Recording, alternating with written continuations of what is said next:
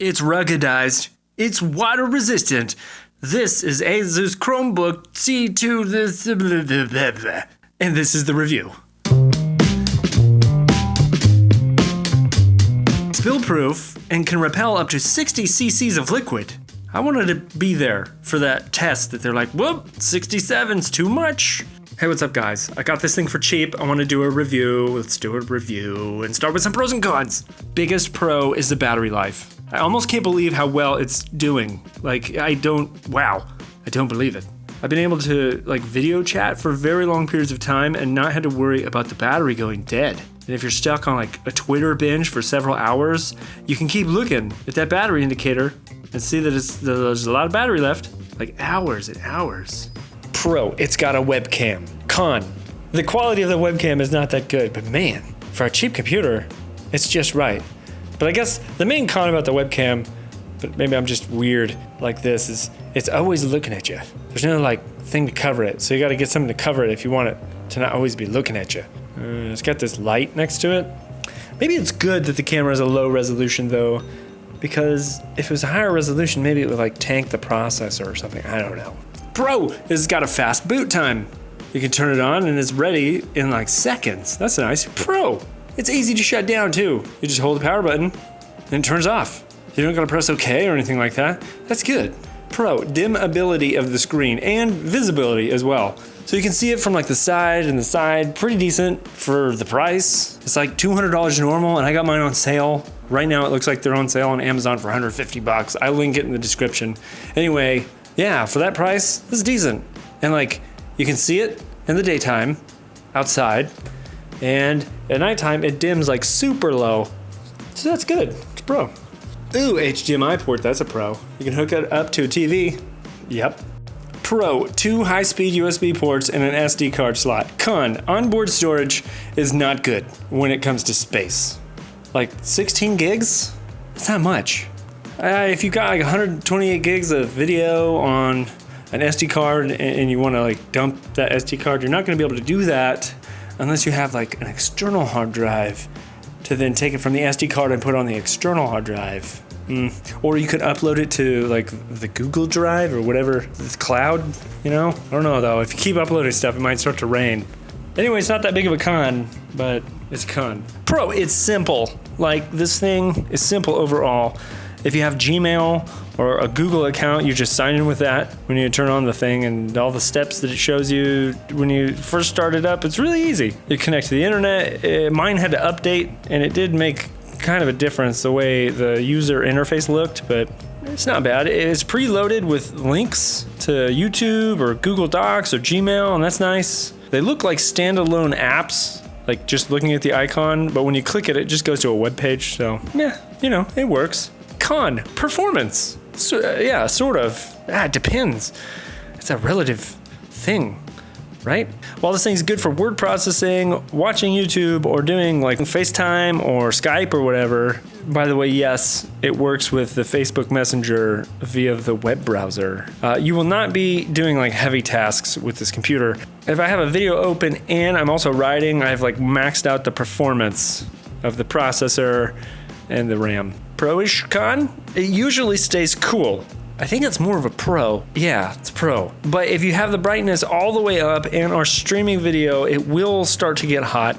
And it does not do that often, but it's there's nothing there to cool it down. So that's the con-ish part of that. There's no fan. It really doesn't get hot that often. Pro, it's got this rubberish coating. It feels really well built, it's solid. Look at this, I can grab it from the corner and hold it. And I can shake it around some, and it's strong. And it's got this rubberish, it just feels better than the money that was spent on it, to me. The rubber feet are grippy, that's nice. It's got these big rubber feet that run the width of a laptop. That's pretty cool. So you set it down, it's not gonna just slide around. That's a pro. Super pro. This is a super one. You don't get these too often. When I plug things into USB, this mouse, for instance, it worked immediately. The first time I did it. That's great. It's so nice not having to wait for something like load or like choose what to do. What happens when you do this? It's like, no, just show me it. Also, like an external hard drive, it comes up fast. It's weird because it'll say like you want to reformat it or something. That's kind of scary, but it just works. Same with SD cards. Boom, ready. Pro, the keyboard is big enough for my hands, and I think that's a pro. Typing on it feels normal. It's not squished. In smaller laptops, these things are usually feeling squished and it's not. Pro, the buttons up top. You know how sometimes you gotta like change the brightness on your laptop, but you gotta hold like a function button and then press the button? Like it's an extra step. Why do you gotta do that? They don't have it with this. You just press the button and it makes it brighter or dimmer. Or the volume right there. Oh yeah, nice. Yeah, it's not a pro or a con. The sound quality is loud enough, but it's neither a pro or a con. Con, the battery's not removable. I don't know if that's even a thing anymore. Does that even matter? Is that a con? Like, you're gonna buy a replacement battery for this thing? You probably just buy a new computer. Ah, jeez. Pro, the AC adapter it comes with is about 8 feet long. Now, that's pretty good, that's really long. Ooh, but a con is that it uses a regular like DC jack. So if you've got this thing plugged in and you're walking by, or someone's walking by and they trip on the cord and then it yanks on the computer, you might break the computer. I don't know, does Apple have like a patent on that magnet thing? Is that why nobody else does it? I don't know. Pro, you can fold the thing open flat. That's cool. That's good, you know? And look at this, it's pretty sturdy. Like it'll hold itself together.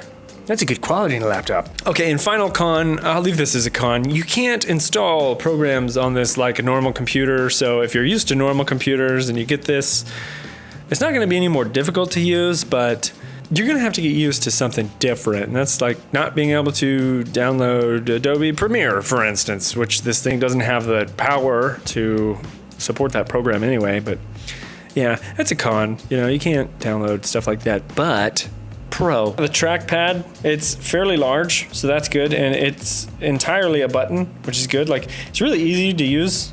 This whole computer is just easy to use. Pro, you can download a lot of Android apps, like the ones for your phone. A lot of them can be installed on this computer and work just like it's on the phone. Pro, it's got a 3.5 millimeter headphone jack, and that's good because old technology's still sitting around. Pro, it comes with games. Oh man, you can play games on this and waste some of that time. Here we go. What's games? Where's the games? It came with Pac-Man, Snake? I don't know what that is. Solitaire and Cricket. And I have only played Pac-Man because awesome. Some people are concerned with Minecraft, I guess. I was unable to get any sort of Minecraft going on this, but I don't know. Maybe, Google that. Maybe that works.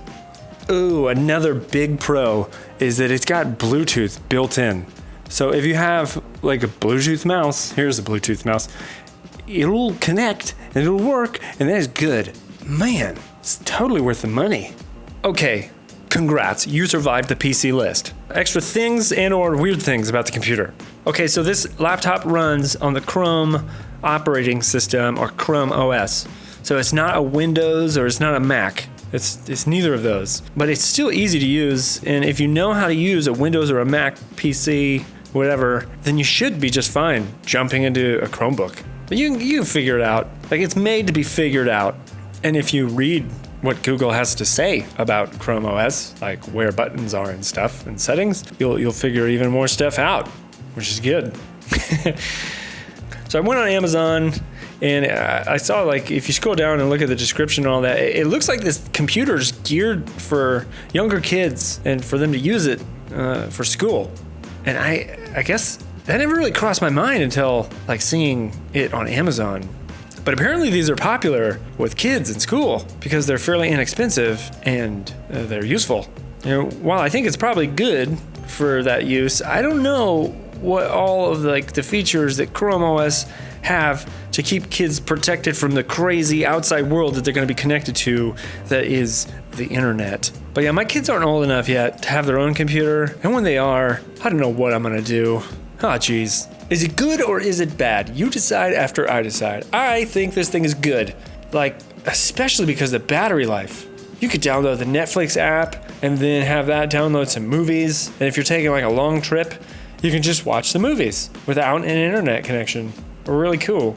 You can do offline Google Docs as well. And yeah, you don't have to get all messed up with like trying to buy software or whatever, because a lot of what you need is already included with Google. Because Google.